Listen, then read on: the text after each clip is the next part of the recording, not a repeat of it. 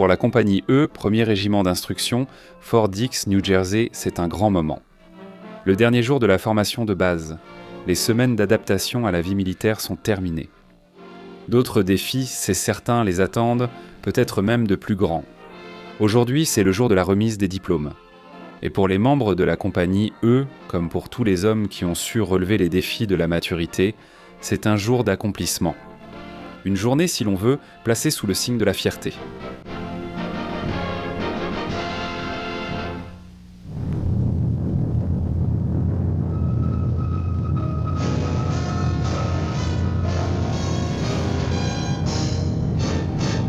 L'armée de terre américaine présente une vue d'ensemble. Un rapport officiel produit pour les forces armées et le peuple américain.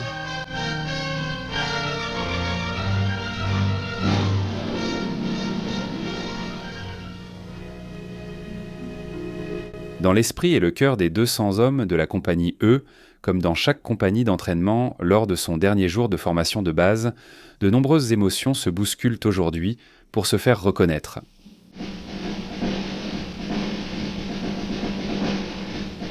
Voici l'un des diplômés, Ed Baker, la recrue Edward Doolittle Baker. Pour lui, comme pour tous les autres, les 8 dernières semaines sont passées rapidement. 8 semaines? Est-ce possible? C'était il y a seulement 2 mois? En effet, c'était bien le cas. Tu peux penser que c'était un grand jour dans l'histoire de l'armée quand l'armée t'a récupéré, Baker, mais il faut avouer que tu n'étais pas vraiment un modèle. Et ces premiers jours au centre d'incorporation ne t'ont pas vraiment semblé arranger grand-chose. Pour la recrue, ces premiers jours sont les plus déroutants, alors qu'il passe de fil en fil, recevant des vaccins contre des maladies auxquelles il n'avait jamais pensé auparavant. Vêtu de l'uniforme qui l'identifiera à partir de ce jour, orienté, endoctriné, traité administrativement. Il acquiert une identité, mais pas totalement nouvelle. Lorsqu'il entre dans l'armée, un homme est, après tout, le produit des années qui sont derrière lui. Son éducation, son expérience, les compétences de base avec lesquelles il a vécu et travaillé. C'est à la fois à son avantage et à celui de l'armée que l'armée apprenne autant que possible sur lui, afin qu'il puisse, à terme, servir de la manière la plus efficace possible. Tout homme rejoignant l'armée doit d'abord suivre 8 semaines de formation militaire de base dans une compagnie d'instruction, quel que soit son futur service. Et ici aussi, il y a quelques chocs pour le système de la recrue, quelques faits nouveaux qu'il pourrait, au début, avoir du mal à assimiler. Repos. Je suis le lieutenant Vizette, votre commandant de compagnie. Bienvenue à la compagnie E, premier régiment d'entraînement. Ce sera votre maison pour les 8 semaines à venir.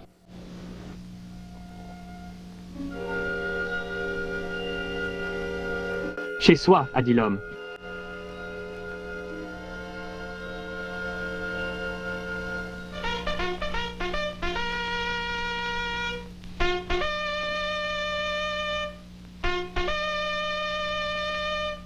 Non, chez soi, ce n'était jamais comme ça, n'est-ce pas? Le réveil ne sonnait jamais à 5h30.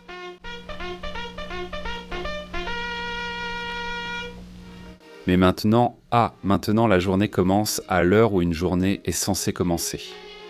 Devrait commencer. D'où sors-tu ce devrait commencer? Personnellement, je n'ai rien contre le fait d'entendre un réveil sonner à, disons, 7h30 environ. C'est un bon point de vue de recrue, Baker. Tu penses qu'on sert le petit déjeuner tôt ici, hein?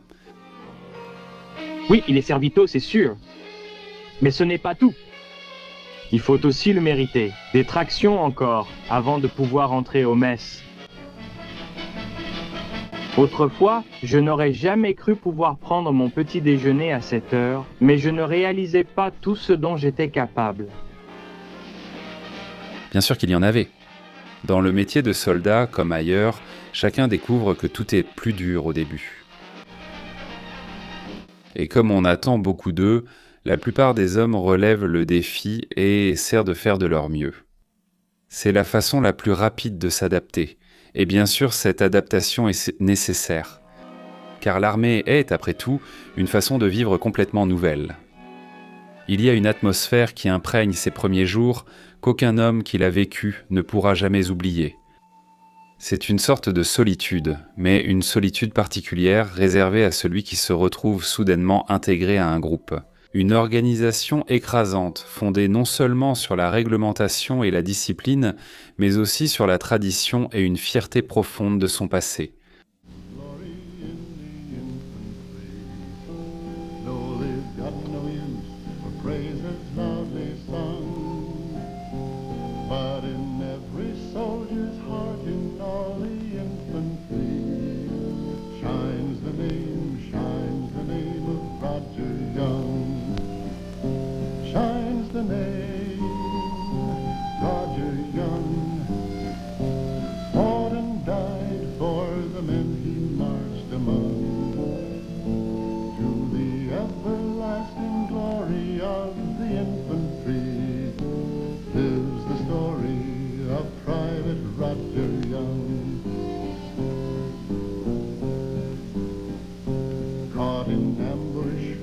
Company of riflemen, just grenades against machine guns in the gloom.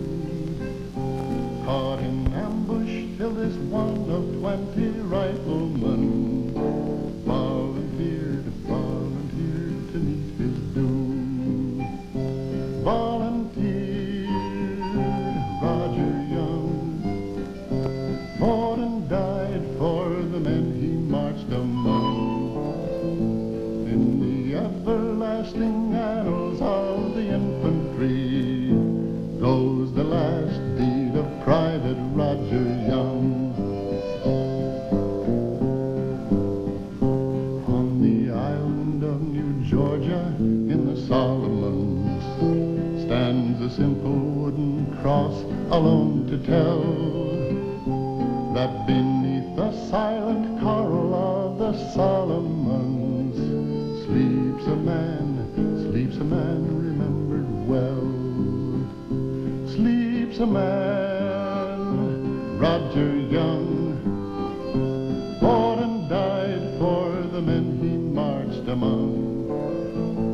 In the everlasting spirit of the infantry breathes the spirit of Private Roger Young.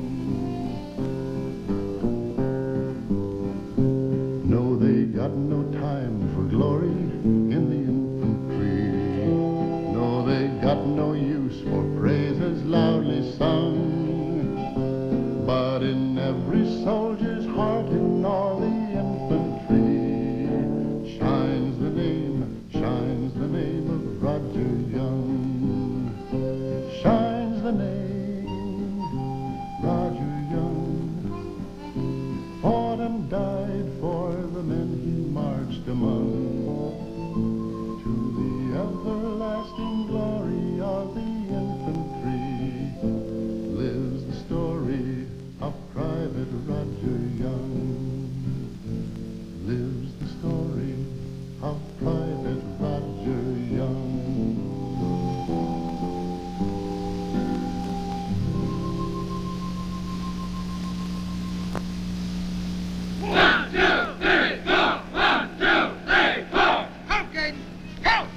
Un, deux, trois.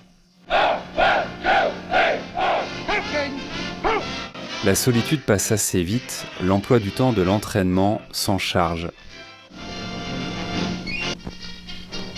Tout est nouveau et pour la recrue, tout semble arriver très vite. Et rien, ou presque rien, n'est facile.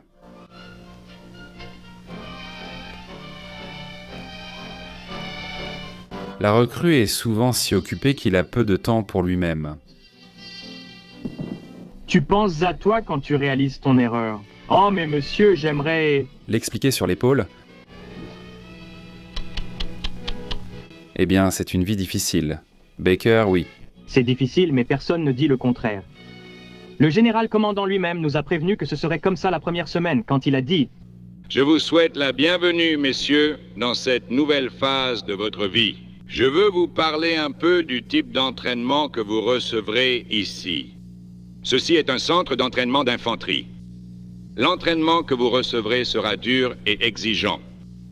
Il vous mettra à l'épreuve et exigera le meilleur de vous-même. Il n'est pas conçu pour être indulgent, bâclé ou facile. La raison en est fondamentale.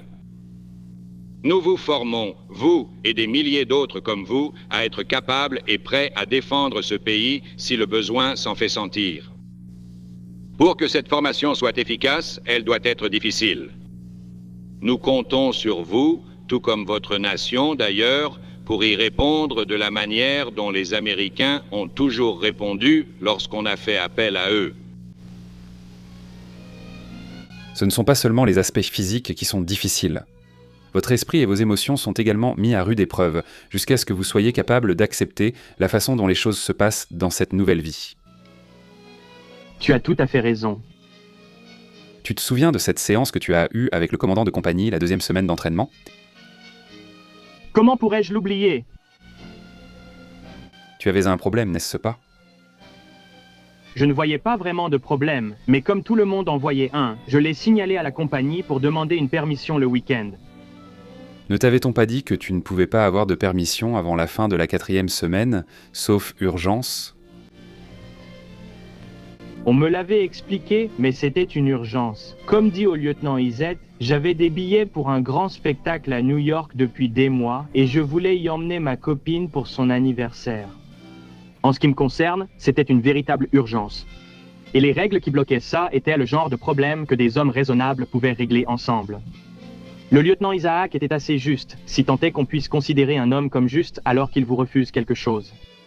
Il a expliqué qu'il y avait des règles et qu'on ne pouvait pas faire d'exception pour un seul homme et que, même si mon motif m'importait beaucoup, cela ne constituait pas vraiment une urgence aux yeux de l'armée. Eh bien, je ne peux pas dire que ça m'a beaucoup plu et je suppose que mon visage montrait bien que ce n'était pas le cas. Je vais te donner un conseil, Baker.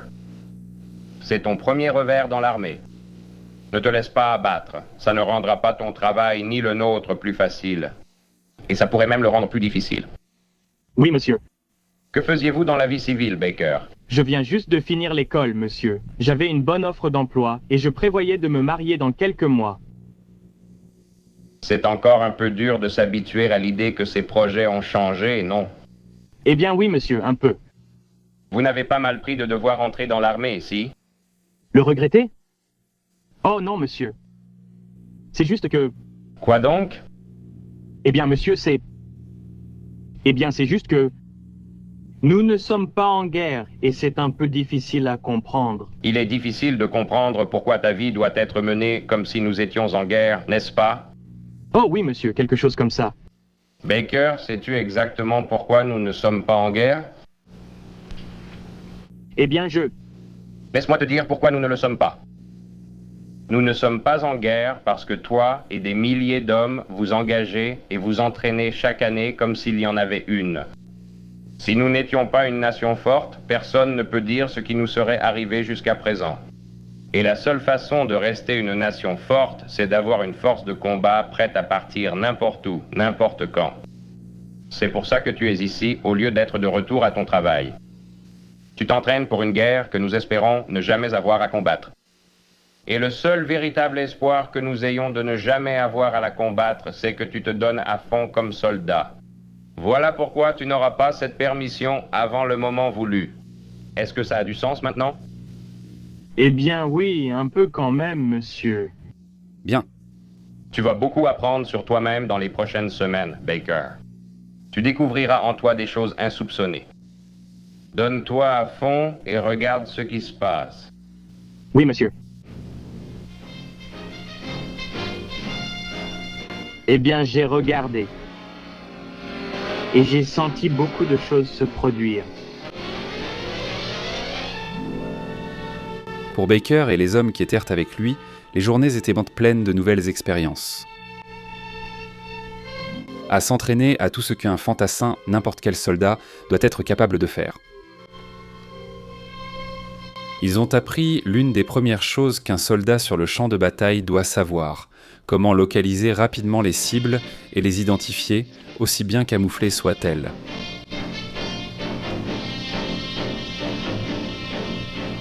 Ils ont retenu la leçon principale, utiliser leurs armes.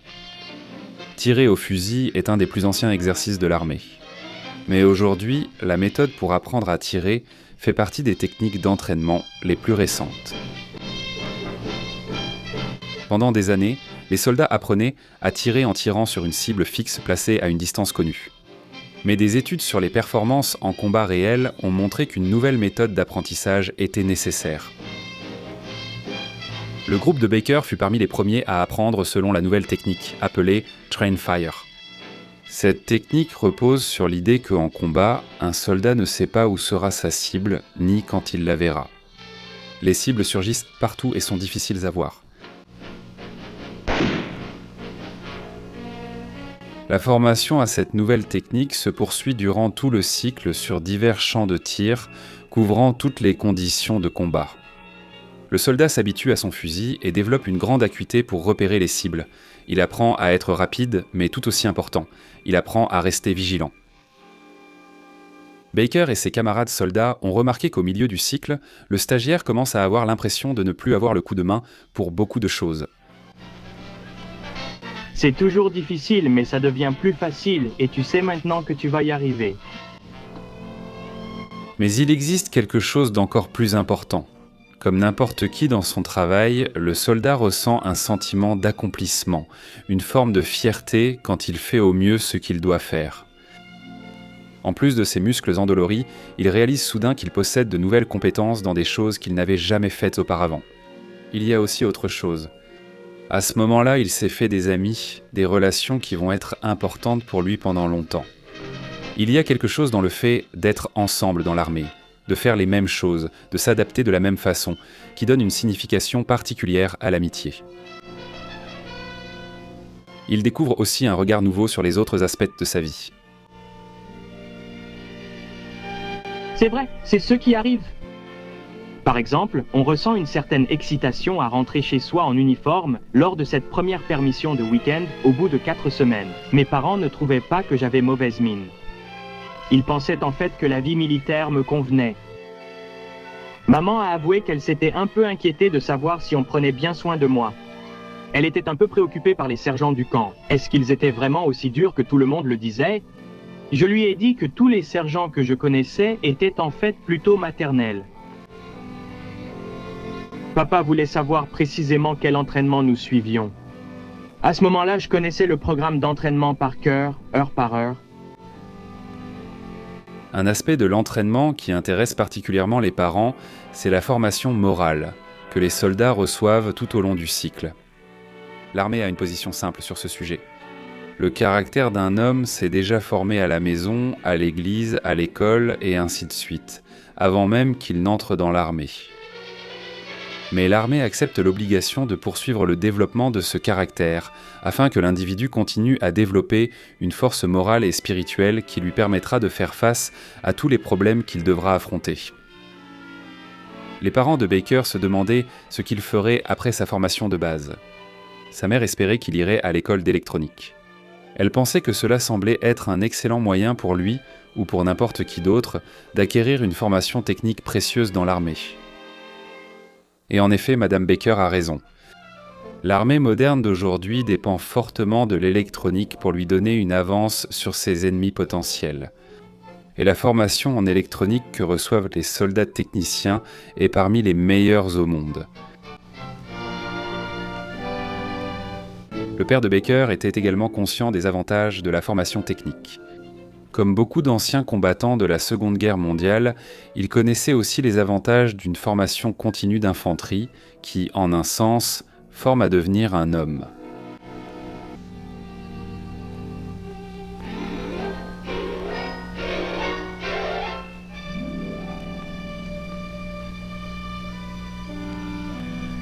Anne, c'est ma fille, avait elle aussi quelques questions.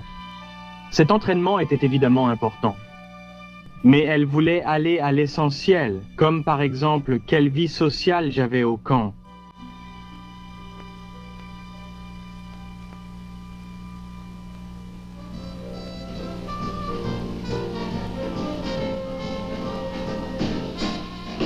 Je lui ai expliqué que c'était plutôt mouvementé. Une longue série de fêtes. J'avais à peine le temps de m'entraîner. C'est de toute façon à peu près ce qu'elle soupçonnait déjà. Alors, je lui ai suggéré de venir voir par elle-même. Un bal était prévu au foyer de la base le week-end suivant. Est-ce qu'elle pouvait venir?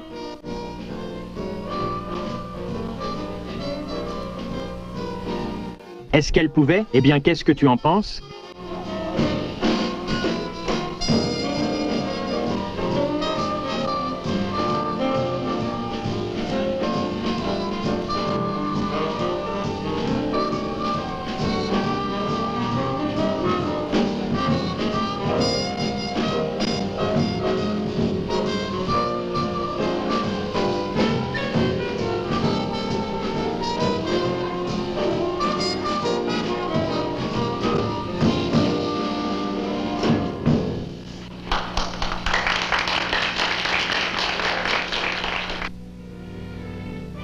Les parents sont venus avec Anne. Ils faisaient partie des 15 000 visiteurs qui viennent à la base chaque week-end. Nous avons mangé au bord du lac, comme si nous étions dans une station de vacances. Ils étaient ravis de cette zone de loisirs, comme toutes les familles qui peuvent y passer une partie de leur visite.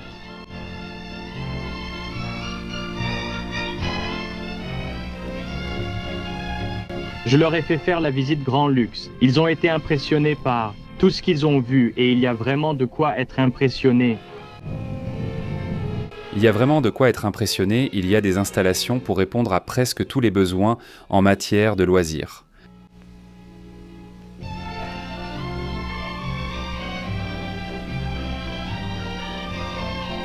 Et pour offrir simplement de la détente, il y a des installations pour cultiver tous les centres d'intérêt. Les parents de Baker, comme tous les autres visiteurs, ont découvert ce qu'est une base militaire. En bref, c'est très similaire à une ville ordinaire, sauf qu'elle est mieux équipée que la plupart des villes. Les parents sont invariablement ravis de voir l'attention portée à la vie spirituelle dans une base militaire également. Un monument impressionnant sur la place d'armes principale de Fort Dix est une statue qui semble dominer toute la base. Cette statue s'appelle l'arme ultime, et elle symbolise la conviction de l'armée que l'homme, les pieds sur terre, reste la seule arme indispensable en temps de guerre. Ce concept de l'indispensabilité du soldat de combat en temps de guerre est fortement transmis aux recrues lors des dernières semaines d'entraînement.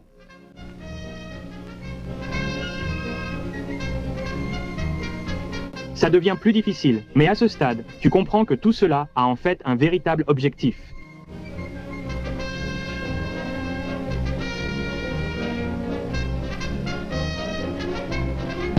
Pendant que tu apprends à prendre soin de toi sur le champ de bataille, tu commences à comprendre à quel point chaque homme est absolument essentiel au combat.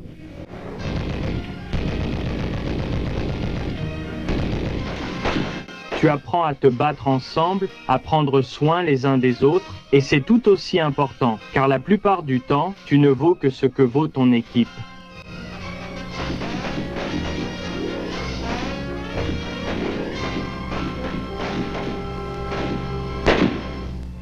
Et à travers tout cela, la recrue finit par comprendre ce que signifie vraiment être soldat. C'est un mode de vie, une vie difficile à bien des égards, différente certes, mais qui a ses propres récompenses. Il est rare qu'un homme ne le ressente pas et ne ressente pas la fierté qui grandit en même temps. La fierté de servir, on en entend beaucoup parler dans l'armée. Un jour, ce n'est plus une simple expression, tu commences à la ressentir. Tu sais, eh bien soyons honnêtes, ça finit par faire partie de toi, tout comme tu fais partie de une organisation qui a derrière elle 185 ans de service honorable dont elle peut être fière, et qui a aujourd'hui une mission aussi vitale que n'importe laquelle de celles qu'elle a jamais eues. C'est aussi important d'apprendre tout cela, je pense, que ce que tu reçois à l'entraînement de base.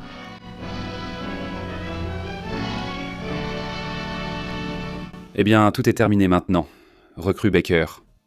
Tu termines 2 des mois les plus éprouvants de ta vie. Il y a à peine 8 semaines, tu étais novice, timide, un peu seul, incertain de ta place dans cette nouvelle vie qui avait brusquement remplacé l'ancienne. Tu te rappelles ce que ton commandant de compagnie t'a dit ? Tu vas beaucoup apprendre sur toi-même dans les prochaines semaines, Baker. Tu découvriras des choses en toi dont tu n'aurais jamais rêvé. Donne le meilleur de toi-même et regarde ce qui se passe.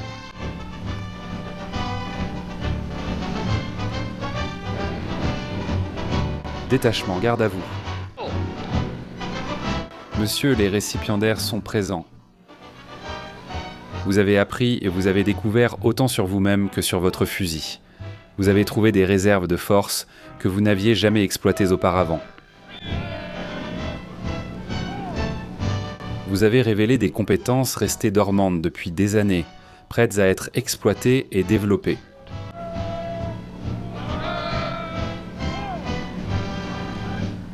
Vous avez découvert, comme les hommes l'ont toujours fait, parfois sous la pression du combat, parfois sur les terrains d'entraînement en temps de paix, parfois à leur grande surprise, mais toujours à leur honneur, que vous aviez un talent pour le métier de soldat.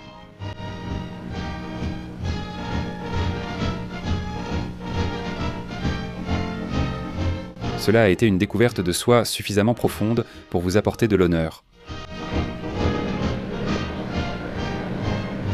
Recrue Baker, je vous remets cette récompense pour être la meilleure recrue du cycle.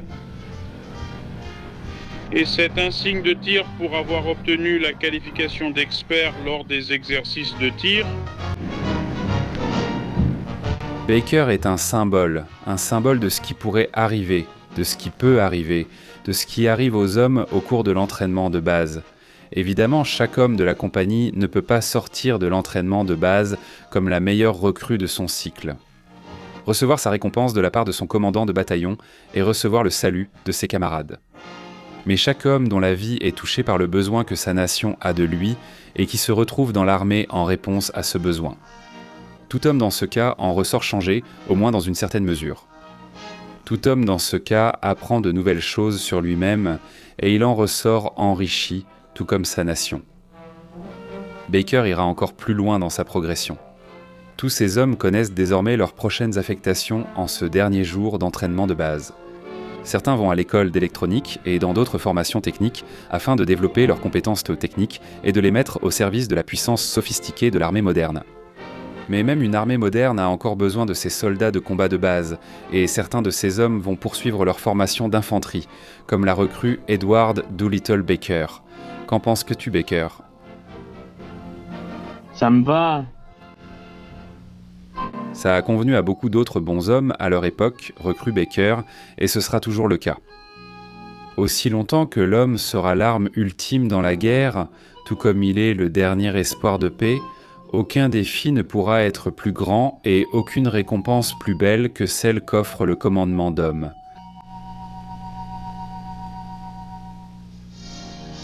Merci d'avoir regardé. Pour soutenir la création de contenus historiques captivants, aimez, commentez et partagez cette vidéo avec d'autres bots d'histoire. N'oubliez pas de vous abonner pour faire vivre l'histoire.